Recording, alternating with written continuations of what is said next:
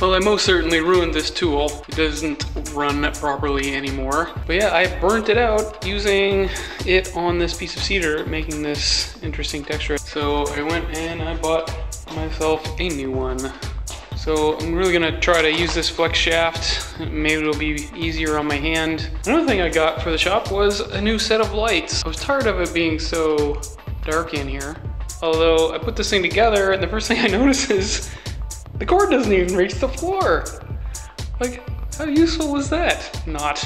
Obviously it's meant to be used with a extension cord. Anyway, hopefully this will brighten the place up. They're 6,000 lumen. I also have these things on the go. I'm gonna make more Tauruses with these and put them all together into a sculpture. Well, I got the new thingy set up.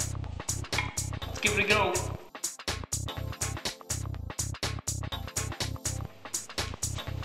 Well, it's certainly quieter than the old tool. I wear silicone earplugs just to protect my hearing.